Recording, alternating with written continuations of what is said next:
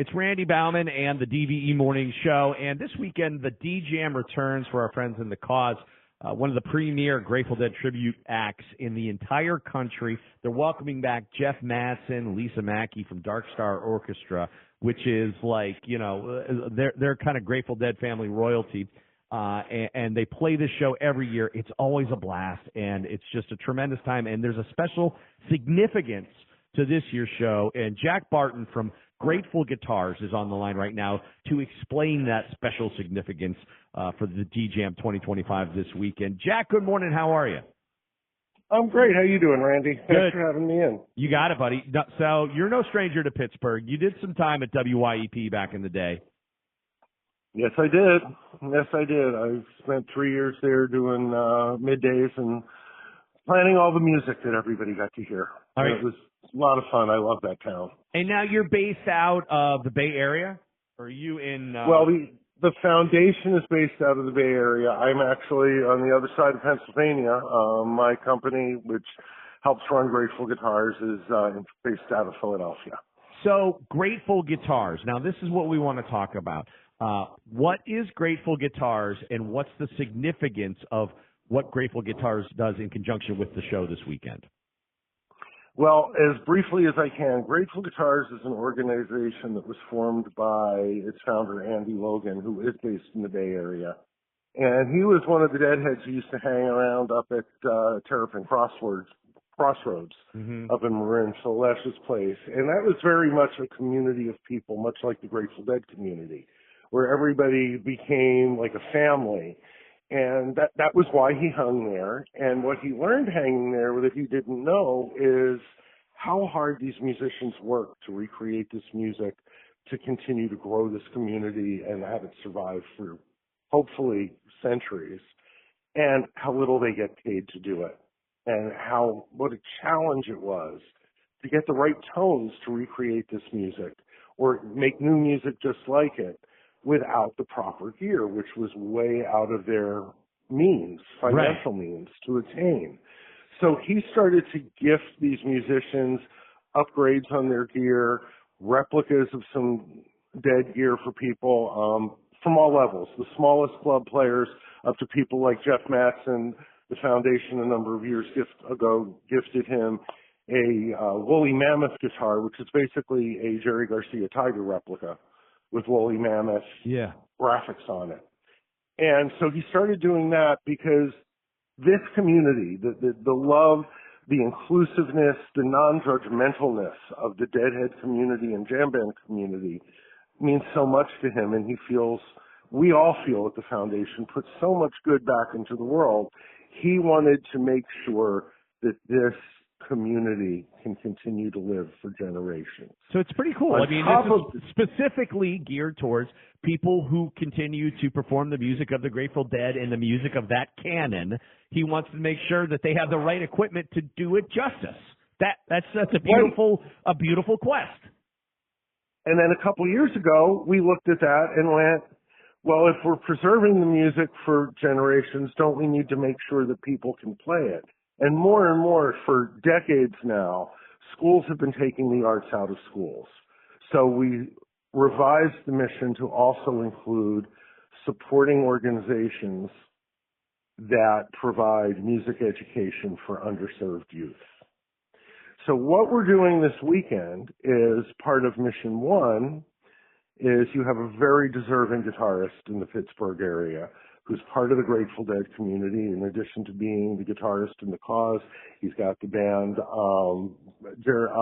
Rubens Painted Mandolin, which is a Jerry Garcia tribute, him being Eric Weingrad, also known as Pappy. And we are presenting him at the set break of the show Saturday night with a high-end Jerry Garcia Wolf replica. Oh, man. That is unbelievable. Yeah. So, when you say high-end, what's the value of a guitar like this? For a guitar like this one's probably in the $15,000 range, 15 to 20.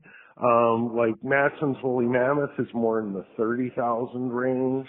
But the guitars that we present people, most of them having been Bob Weir replicas. We're very big on the Black Knife from the 80s and all of the Garcia guitars.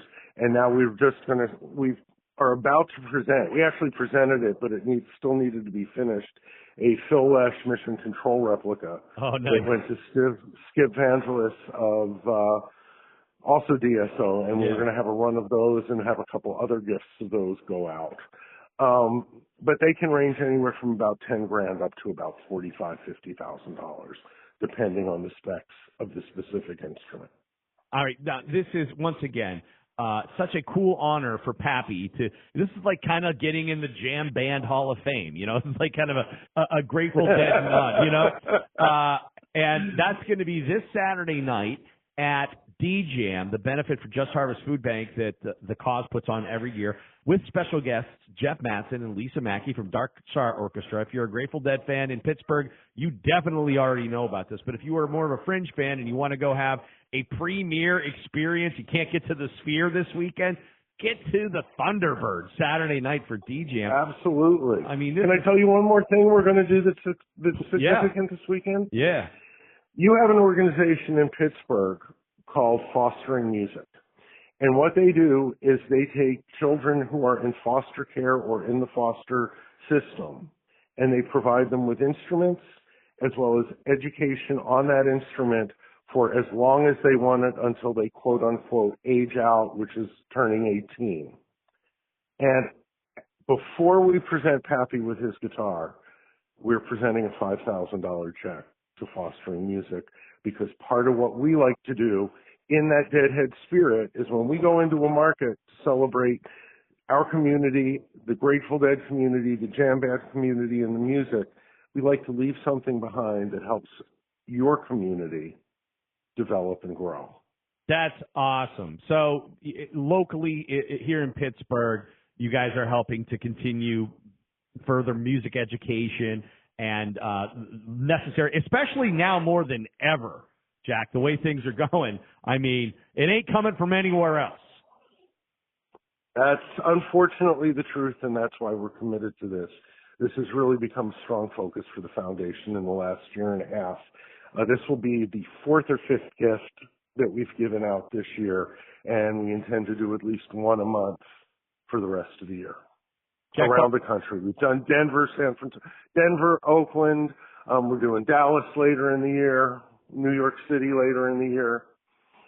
Oh, man. Jack Barton from Grateful Guitars. Man, thank you so much for spending time with us and tell us about the great stuff that Grateful Guitars are doing right now and plan to do this weekend here in Pittsburgh. If you want to learn more about it, gratefulguitars.org. But get down to that show on Saturday night at Thunderbird for DJam, and you can see Pappy. Is he going to play the new I think so. He's been chomping at the bit since he found out we were going to do this. So I can almost guarantee that guitar is going to get played in the second set. And we'll also have a table out there in the lobby so you can come by and say hi to us and learn more about Grateful Guitars. Jack, we'll see you Saturday night at the Thunderbird. Thanks so much, buddy. Thank you, Randy. Bye-bye.